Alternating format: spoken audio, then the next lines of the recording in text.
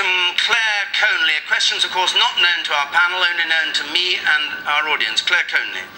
Are the revelations in Peter Mandelson's book damaging to the Labour Party, and has Lord Mandelson damaged his own integrity? George Galloway. Damaging to Labour, damaging to Mandelson? Well, Richard Crossman had to go to the Court of Appeal to get permission to publish his memoirs about events 10 years in the past. These memoirs are 10 weeks after the government left office, and that shows the distance we've travelled, good or bad. Personally, I'm for openness, and everybody writes memoirs at the end of an era, and let's hope this is the end of the new Labour era. But how do you trust someone when they're going to write every single thing you've said down and publish it 10 weeks after you left office? But David Blunkett published a memoir when Labour was still in office, as did Alistair Campbell. So I'm hardly Peter Mandelson's greatest supporter, but I find the bile now being heaped on him a bit hypocritical. Now, the person who comes out worst of all in this whole affair is not Peter Mandelson or Gordon Brown, but Tony Blair, because we now have confirmed from Mandelson, which is as close to the horse's mouth as you can get, that Tony Blair did indeed promise Gordon Brown that he would step down before the 2005 general election, a promise that he broke. Now, we knew that Tony Blair was a liar in the public sphere. Now we know he was also a liar in the private sphere to his own Chancellor. No wonder Brown was going crazy. When the Prime Minister makes you a solemn promise and then breaks it, and according to Mandelson, was never going to keep it, it was a calculated act of deception. So I think that the person most threadbare in terms of his reputation at the end of the 3 or 4 parts that we've seen serialised already is Tony Blair.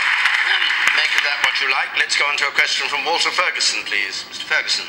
Is it acceptable for Facebook to have allowed a page worshipping Raoul Moat as a hero? George Galloway. Well, I think it's easy to cluck about this, and that's what they were doing in the House in the week. But I think we ignore this eruption of support for Maude at our peril, actually. I think it's a kind of cry from the heart from poor, white, working class and unemployed people who are drifting into dangerous shores close to desperation. They hate the government, they hate the police, they hate the society, they feel left behind.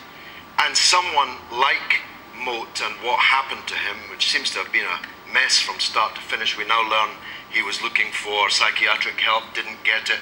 The police didn't pick up on the prison services warning that he was dangerous. He was tasered and then blew his brains out and all of that. So it's been a mess, the issue. But I think the overarching point is that there, and I know this from my TalkSport radio show, and Nick will know it from his show, there is an element of white working class people out there who are feeling increasingly angry. And I think these are the kind of people who were the 38,000 signatories to this very ill-advised tribute page on Facebook. Okay, George Galloway. Yeah, it's not a question of sympathy. I have no sympathy for him. He is exactly what Nick Ferrari described him as. But the bell tolls for all of us. We have to treat mental illness in prisons not as an act of charity to the person suffering it, but because when they come out of prison with their mental illness, they may well harm the rest of us. We have the highest prison population in Western Europe. We have the highest rate of reoffending of prisoners in Western Europe. Kenneth Clarke is right. Prison, as we know it, definitely is not working. And Moat is a very good example. Now, I'm saying that we ignore this at our peril, because I've been becoming increasingly aware over the last few years of this swelling rage amongst a substantial proportion of our population, mainly white, poor people who feel that nobody speaks for them.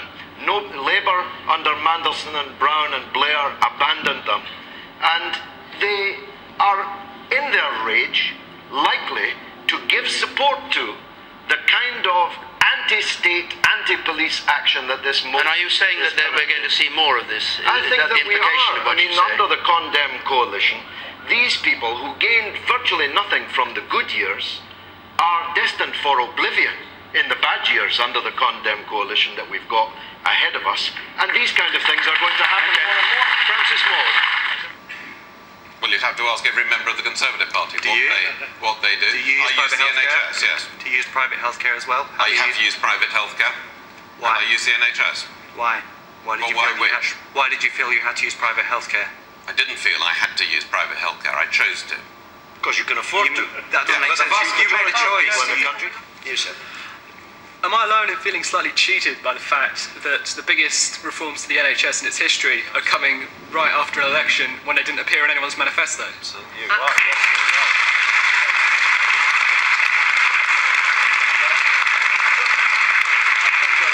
George Galloway. A brilliant point, I may say, from the young man in the audience. The mask is slipping, and we're seeing it here tonight. Sally's wrong. They're not doing this for the hell of it. They're doing it so they can hand over vast amounts of public money, which they've ring-fenced, to their rich friends in the private healthcare provider sector. That's exactly what they're doing. Andy quoted a private provider earlier from the aptly named tribal healthcare provider. That's what they're called, tribal. They said that they're looking forward to these proposals, which mean the denationalisation of the National Health Service. And Dr. David Price in Edinburgh University said it well today, I think in the Times. He said that the bottom line here is this means the abolition of the National Health Service. It will be a brand and nothing more by the end of this 5 years. These private providers, like that one that employed a doctor who through the criminal misprescription of drugs killed that unfortunate David Gray. Do you know what they were called? Take Care Now. Well, take care now. Everyone watching this, the Tories are abolishing the National Health Service if we let them get away with it. With the forthcoming cuts to policing budgets and to prison places, has there ever been a better time to be a criminal?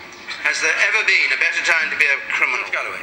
Well, crime went down from 1995 because the country got richer. I mean, as long ago... So Ken Clarke was right. He talked about prosperity doing it. As long ago as Charles Dickens, it was clear the correlation between mass poverty, mass unemployment, immiseration and squalor, and crime. And if we are, as I believe we are, under this Condemn coalition, about to face an age of austerity, crime will go up. I don't believe that it's anything to do with the policy on sentencing or the like. And I made the point earlier, I make it again. Labour doubled the number, New Labour doubled the number of prisoners in the country during a time that crime was going down. But 80% of the people being sent to prison reoffended when they came out. So it was a total waste of money. Okay, maybe when they were inside they couldn't commit some crimes, although they all seem to be able to get access to drugs and so on in the jails.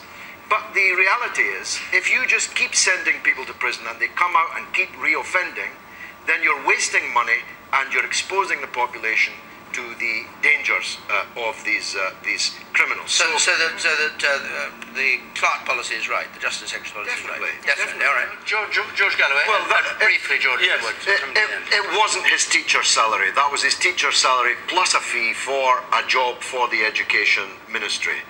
My kid at primary school in West London, his head teacher, the parents would dig into their own pockets to supplement his income because he's brilliant. If you held a collection in the South London catchment area of that head teacher, the parents would do the same. Every parent interviewed, and every teacher, by the way, in the common room, and every kid in the school thinks that he's the bee's knees. But if you held a collection to pay for bankers, or politicians, or top media personalities like three of us, you wouldn't get many people queuing up to put money in the can. Think about that. Okay.